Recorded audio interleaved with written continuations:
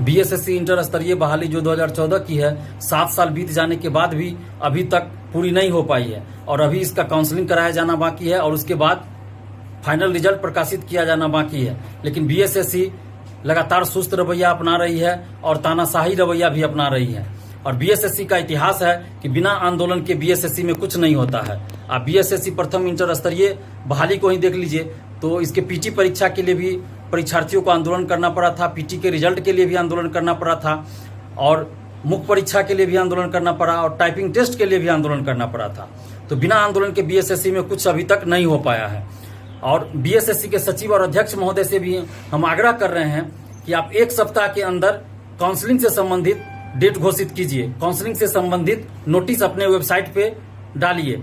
अगर इस 1 सप्ताह के अंदर काउंसलिंग से संबंधित कोई नोटिस बीएसएससी के वेबसाइट पे नहीं आता है तो हम लोग फिर अगले सप्ताह एक बड़ा आंदोलन करेंगे, जिसके लिए बीएसएससी ही जिम्मेवार होगी। परीक्षार्थी इसके लिए जिम्मेवार नहीं होंगे, क्योंकि परीक्षार्थी 7 साल से इंतजार कर रहे हैं और परीक्षार्थी कई बार आंदोलन कर चुके हैं बीएसएससी ऑफिस में। उसके बावजूद जो है बीएसएससी सुस्त रवैया अपना रही है और सही से कोई जानकारी भी नहीं दे रही है। तो हम बीएसएससी के सचिव और अध्यक्ष महोदय से आग्रह कर रहे हैं और उनको बता भी रहे हैं कि आप 1 सप्ताह के अंदर या 1 सप्ताह के अंदर आप काउंसलिंग से संबंधित कोई नोटिस आप जारी कीजिए, अन्यथा हम लोग अगले सप्ताह एक बड़ा आंदोलन करेंगे और बिहार के तमाम छात्र छात्राओं से और बीएसएससी प्रथम इंटर स्तरीय बहाली के सभी परीक्षार्थियों से भी हम आग्रह कर रहे हैं कि आप लोग प्लीज एकजुट होइए। जब तक आप एकजुट होकर आंदोलन नहीं करेंगे तब तक ये बीएसएससी सुनने वाली नहीं है। आप लोग एकजुट होइए और इस सप्ताह में अगर बीएसएससी नोटिस जारी नहीं करती है काउंसलिंग से संबंधित तो हम लोग फिर अगले सप्ताह यानी कि 20 से 25 सितंबर के बीच हम लोग एक बड़ा आंदोलन करेंगे और उस आंदोलन में सभी को आना पड़ेगा। आप लोग सोचेगा कि घर बैठे आंदोलन हो जाए तो फिर नहीं हो पाएगा, आपको आना ही पड़ेगा।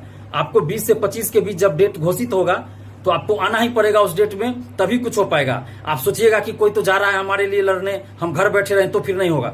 आप जितने भी परीक्षार्थी हैं बीएसएससी प्रथम इंटर स्तरीय बहाली के, आप सब सोच लीजिए कि आपको एक दिन के लिए बीएसएससी ऑफिस आना है तो आना है। और आप एक दिन अगर आ गए तो यकीन मानिए, विश्वास रखिए, अगर आप सभी परीक्षार्थी एक दिन बीएसएससी ऑफिस आ जाते हैं तो देखिएगा उसी दिन शाम तक बीएसएससी को काउंसलिंग से संबंधित नोटिस जारी करना पड़ेगा और फाइनल रिजल्ट कब प्रकाशित होगा उससे संबंधित भी नोटिस जारी करना पड़ेगा। बस आप लोग एकजुट होइए और इस 1 सप्ताह का इंतजार कीजिए। अगर इस एक सप्ताह में अगर बीएसएससी नोटिस जारी नहीं करती है तो हम लोग फिर अगले सप्ताह में 20 से 25 सितंबर के बीच कोई डेट निर्धारित करेंगे और उस डेट में एक बड़ा आंदोलन होगा बीएसएससी ऑफिस के अंदर। तो आप लोग प्लीज एकजुट होइए और इस आंदोलन में भाग लीजिए।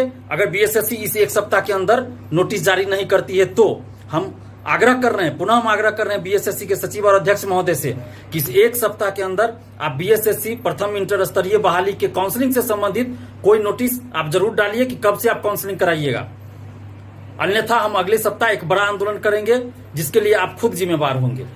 आखिर परीक्षार्थी कब तक इंतजार करे? 7 साल से परीक्षार्थी इंतजार ही तो कर रहे हैं। इस दरमियान हजारों ऐसे परीक्षार्थी हैं जिनकी उम्र समाप्त हो गई, वो कहीं सरकारी नौकरी के लिए फॉर्म भी नहीं भर सकते हैं। तो परीक्षार्थी, हजारों परीक्षार्थी, 50,000 से ज्यादा परीक्षार्थी मानसिक रूप से तनावग्रस्त है, मानसिक रूप से प्रताड़ित हो रहे हैं।